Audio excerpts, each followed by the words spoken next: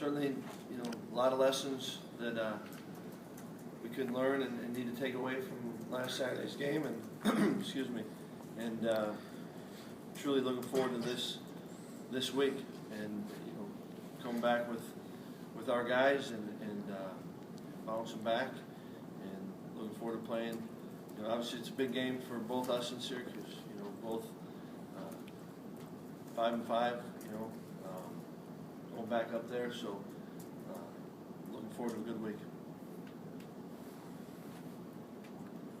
When you watched the tape, did anything else jump out at you specifically in the first half of what sort of went wrong there? Yeah, I think you're always okay. How do we get off to how do we start? And we had a good drive. Didn't finish it as far as touchdown. Got the field goal. Defensively, 3-and-out. I think a big play, was the the fumble we had in the red zone. I think we're on the 12, first and 10 on the 12. Then I thought, defensively, we stopped them on third, and then the fourth down, that they got, and certainly to finish out the half, the first of the two punt returns. But there was, because you had the sense, boy, we got, we're not doing, but you look at it, we did some things. We just didn't finish our drives offensively and defensively a couple times. But certainly things that we put ourselves into a heck of a hole. Is there anything you can put your finger on with the guys that they kind of the inconsistency factor? Turn it on, one turn it off. That it's off, then have to turn it on. Yeah, I think that a lot of the as a group, it's inconsistent. But I think you look at it, you can take the sacks or the pressures. First one, I think we got to throw and for whatever time he doesn't see it, and then another one, the guard gets beat. So it's not like guys are just riding a wave of being into it and out of it. But I think we've got guys taking their turn of making a mistake that we can't rally past. Yeah, that's what we're living. The way we're playing, we're living with living on a fine line, the margin of error, and how that helps you or hurts you in victory, and that's where, but I don't question the guys how they're trying to, approach it, or you don't see guys just dogging it and turning it on and off that way. But we're just one guy here, one guy there, and that's tough to overcome if you have too many of those. A series of mistakes. You mentioned taking the turns. That has to concern you. It's not just one guy here, but it's every guy, a lot of different guys. Well, yeah, it always concerns you when the things you got to do to give you a chance to win, and when you don't do that, but it's I truly believe it's not lack of effort. It's not the guys aren't capable of doing something. That would be bad if we're asked them to do something they're not capable of. It's defensively, it's being disciplined with the eyes. We don't want to miss tackles. Missed tackles do occur. We don't want to miss blocks. That happens. If you have a lot of assignment mistakes, that's more concerning than a guy getting beaten. If guy's getting beat, is he getting beat to if he's got help, is he getting beat to his help side or away from that? Those are things, and we kind of treat those as mental errors. Knowing where your help is. So you just keep grinding away at it. Did not having Titus and Trenton limit what you could do defensively on Saturday? A little bit. Jamal was able to do some of that, and then we also had Tarish in and dropped Jason down, which I thought fit what we're looking for. And Jason with the size, and what we might be getting inside. But certainly, they were. I thought Titus has given us a lot of good snaps, and I thought Trenton was really starting to come on. And it's a shame he got hurt. His first snap in at nickel, but we've been doing some good things in special teams. So I think it, to say it doesn't hurt you, we minimize, say we didn't want those guys on the field, and do. But I thought that We had a good plan, and I don't think it handicapped us. You know, it didn't prevent us from doing something. It's just a little different approach to it. Particularly with Trent, do you think that impacted the punts? I mean, it's hard to say one guy would have stopped those punt returns, but I mean, it certainly had an impact. Yeah, I mean, we don't know if Trenton on the field changes the outcome, right? But I really do think that he was really coming and hitting stride. You know, the coverage units, I think kickoff return. You know, the first kickoff we got, you know, Trenton's in there. I'm not so sure it's not a different play. Because he's got the speed to, you know, kind of make a play from behind. And I thought he was, you know, did a heck of a job, you know, in the gunner. And I think, you know, obviously, you know, Freeze and Croc have been giving us a lot there, but you know, we've got opportunities to tackle. We got to tackle it. You know, we got to try to help with the, you know, location. You know, so I don't know if Trenton on specifically would have made a difference, but I sure like our units when he's on them.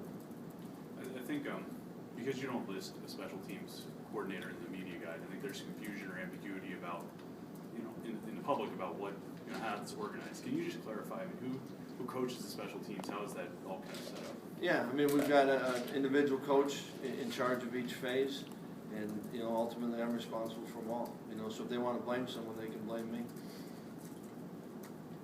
Well, looking back at that, excuse me, 4th and 1 play that you weren't able to get. Right.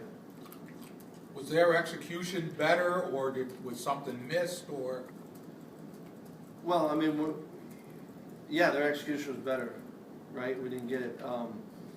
You know, we didn't get great movement. You know, we got caught in the backside a little bit.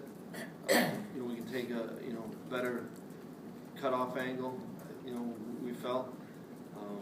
And then I go through it, you know, there are better calls for that situation. It's been a good run for us, like the way that, you know, we've been getting movement up front. You know, they certainly, you know, treated a little bit different. You know, they walked them up, and you know, we didn't get it, and absolutely their execution was better than ours on that play. Well, injuries are a big part of football, and they happen. But are you concerned about the wear and tear kind of injuries? You know, the back injuries that have, you know, the 2 guys on your line. Yeah, you know, you're concerned about them, and you know, you don't know what drove those. You know, I mean, if it's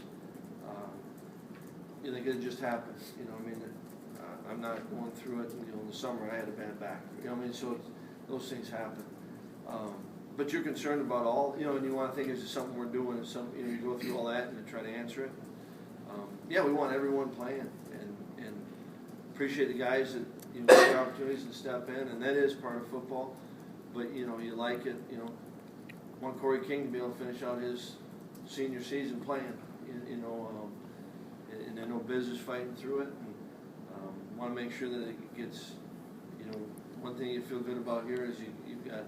And you don't have to go far, and you got really good, you know, care, and just want to make sure that for all of them, you know, you're not doing anything to jeopardize them, but you want them all in. But I don't think it's anything. I think it's just happened to be those things. You know. Will you reevaluate the way you do things in the off season, maybe? Absolutely, you always do, and you know, if we had an inkling that was causing it, you'd change it right now in a heartbeat. You know, but that you know, going through it and trying to ascertain what it is driving it, what's the force of it. You know, I mean, Biz, it's been a long-term thing, and Corey, they don't think it's anything that's happened, but yeah, you've got to look at everything. Looking at the offensive line, what went through the process of the decision of putting Montez in for Dorian on Saturday? You know, I thought, you know, certainly at the time, you know, thought, that, you know, Tez would give us a little bit better chance in what we were doing at the time. You know, I thought Dorian had some, you know, did some very good things. You know, in many ways, played better than, you know, Georgia Tech. So for his first start, you know, and yet Tez is, you know, it's an older guy, veteran guy, and so, you know, we made the switch and during the course of the game. And,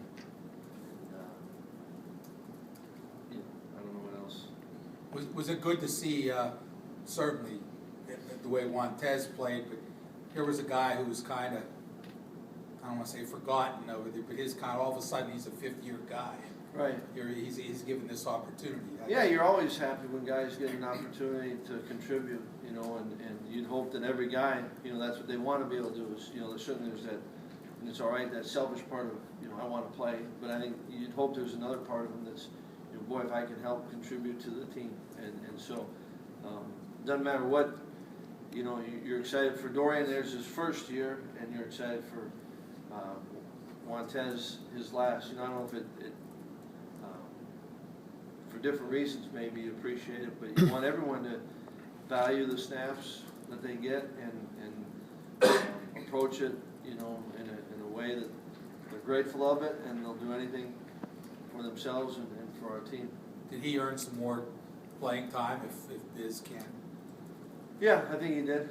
You know, I think he did. And like I said, I thought Dorian did some really good things too, you know, and was a little bit, I was happy to see, I thought he made some progress from start one to start two.